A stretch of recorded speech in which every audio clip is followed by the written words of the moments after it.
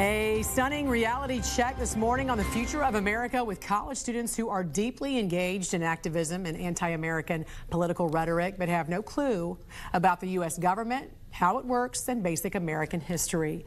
College professors say the same institutions that fail to educate our children and prepare them for college have no problem organizing political demonstrations. And joining us now to discuss, political science professor at Suffolk Community College and campus reform fellow, Nicholas Giordano. Good morning to you, sir.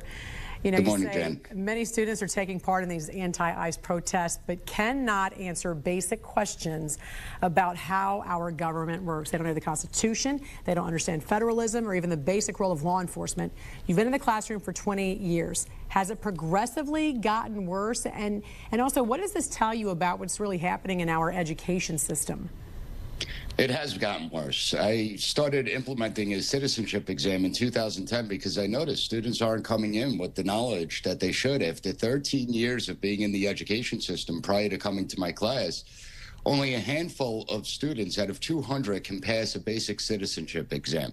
Name one of your senators, who is the Speaker of the House, what form of government do we have?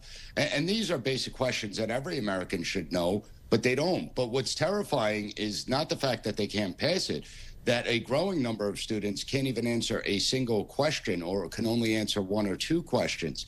How can we sustain our country when the majority of people know nothing about it? And I think that we've done a terrible job for far too long in the education system when it comes to civics, because 75% of adults can't name all 5 freedoms in the First Amendment. They can't explain the very basics of our government. And you also point out some of these schools are shutting down classrooms to support, again, activism, support these walkouts. How do we get to a point where activism is actually taking priority over instruction?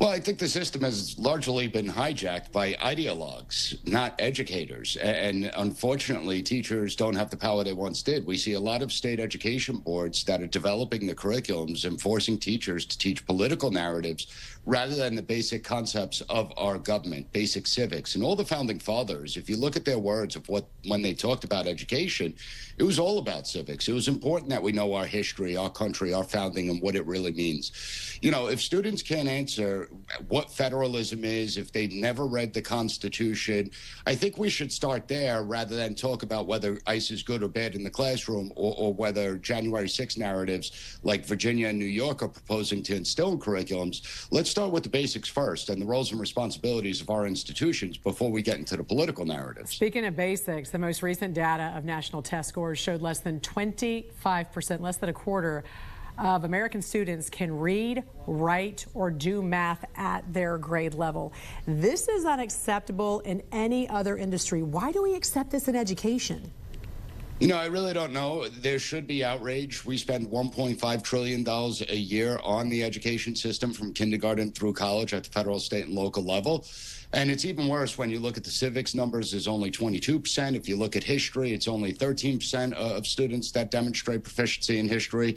And there should be national outrage. Spending this kind of money, the benefits that we're receiving are not really that great. We're actually hurting the student body, and we're hurting our country in the process. We need to revamp the education system because clearly something is broken. And to be clear, this has nothing to do with censoring students or saying that a student can't have a negative opinion about the government, or, you know, that they can't feel a certain way. However, you first have to understand what you're against, including understanding the Constitution, as you mentioned, the roles and responsibilities also of our governmental institutions. So how do we turn this thing around? Absolutely. I mean, we're supposed to be skeptical of government. That's what the founding fathers instilled in us. And the ICE issue is a real teachable moment. Teachers could have taught about federalism, and students that supported ICE could have handwritten letters to Governor Tim Walz and Mayor Frey about why they should cooperate with ICE. And students that opposed the ICE immigration enforcement could have handwritten letters to their members of Congress explaining why the law should be changed. That could have been a real teachable moment, allowing students to come to their own conclusions rather than teach them what to think. We could have taught students how to think, and I think it was a big missed opportunity there. And this is the future of America right here. You cannot defend what you do not know, and it's so easy to manipulate a population that is not educated. Professor Giordano, always great to see you, sir. Thank you so much for sharing your insight this morning. Thank you for having me.